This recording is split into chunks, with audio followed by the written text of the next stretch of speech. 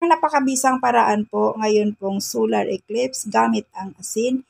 Ito po ay makakatulong upang mag-attract ng positive na enerhiya at magkakaroon ka dito ng unexpected na pera po. Tuloy-tuloy po ang pasok ng pera sa iyo. At guys, kung gusto mo po itong malaman kung paano gamitin ang asin ngayon pong solar eclipse, April 8, 2024, panoorin niyo po ang video na ito, ituturo ko po sa iyo.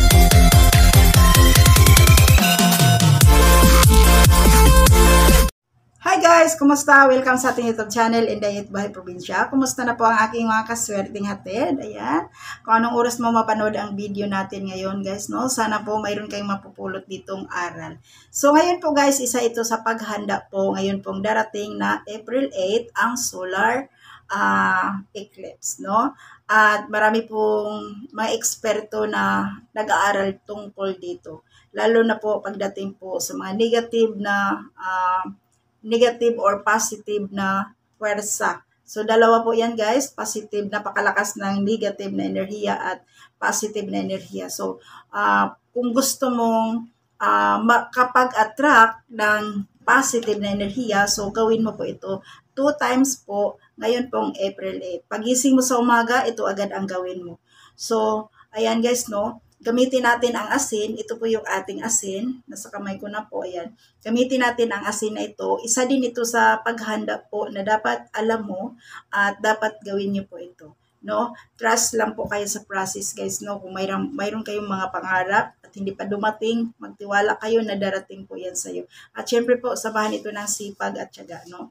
Kung may mga wish po tayo, may mga kahilingan tayo na hindi pa dumating, tuloy lang. Okay? So, ngayon po guys, no?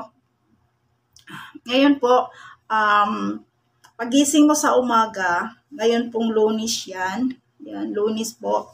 April 8 po yan. Ang solar eclipse po, bandang hapon po yan no mangyayari. Pero sa umaga pa lang, gumawa ka na nito. So, kumuha ka ng asin, ilagay mo sa kanan na kamay mo. Paggising na paggising po guys, no? Ayan, ilagay sa kanan na kamay and then humarap ka sa may silangan and mag-wish ka na sa pamamagitan ng asin na ito, makakadaloy ang napakalakas na positive na enerhiya dito sa aming tahanan.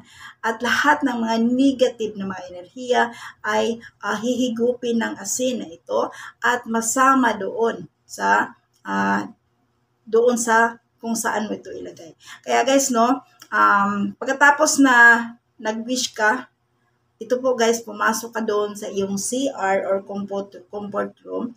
Iyan po, tumayo ka, pikit mo uli yung mata mo, bulong mo, lahat ng mga negatibong enerhiya ay dadalhin ninyo doon sa pinakailalim po, hihigupin po.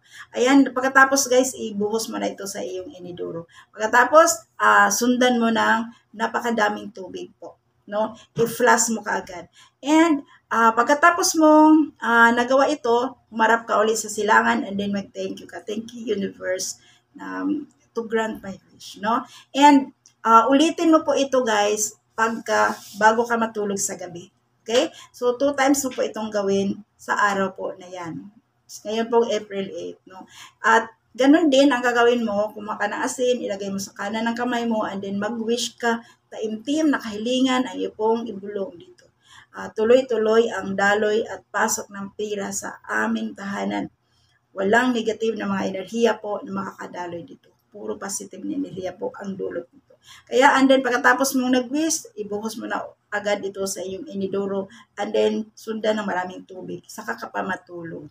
So, sa ganito pong paraan guys, isa ito sa pinaka maganda na gawin niyo po ngayon pong April 8 kasi tested and proven na po sa atin ang paraan na ito. At ito po yung nakakatulong po ito upang mag-attract ng napakalakas na positive na enerhiya. At yung araw na yan guys, maganda po mag-wish po kayo. Okay? So, ngayon po guys, pagkatapos mong nagawa ito, relax lang and then syempre po magdasal tayo.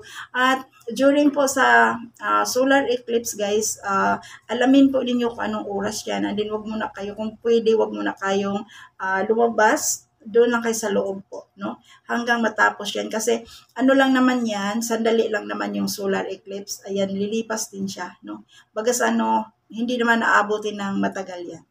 Ano? Basta wag lang muna kayong lumabas kasi napakalakas po ang magdalawa yun dalawa. Positive na enerhiya at negative na enerhiya po. So, kung gusto mong safety, ayan, doon muna kayo sa loob ng yung bahay. Kung nag-opisina kayo, wag muna kayong lumabas, no? Hanggang hindi pa bumalik yung normal, okay? So, maraming salamat po guys, no? Sa paraan po ito, sana po makatulong po ito sa inyo. Ayan, always remember guys, itong mga gabay na ito, mga pawang gabay ito, pero nakakatulong po ito. At the end of the day, yung pagdadasal po natin, yung connection natin kay Lord, yun po ang pinaka-importante po sa lahat. Ayan. So, maraming salamat ulit. Sana nakakatulong ang ating na-share ngayon. At wala naman pong mawala kung ito'y ating subukan. No? So, thank you so much guys. At sa lahat po na naghanap po ng mga extra income, gustong kumita, kahit nasa bahay lang, ayan, mayroon akong may recommend sa inyo na negosyo po na pwede ninyo itong subukan. Baka dito kayo kikita ng malaki. Kasi marami na po ang kumikita dito na nabago po ang buhay nila. At kung gusto mo yan, mag-message ka sa akin, iiwan ko po ang aking Facebook account, Cecilia Umahuni po, dito sa description sa video na ito. At i-message mo lang ako.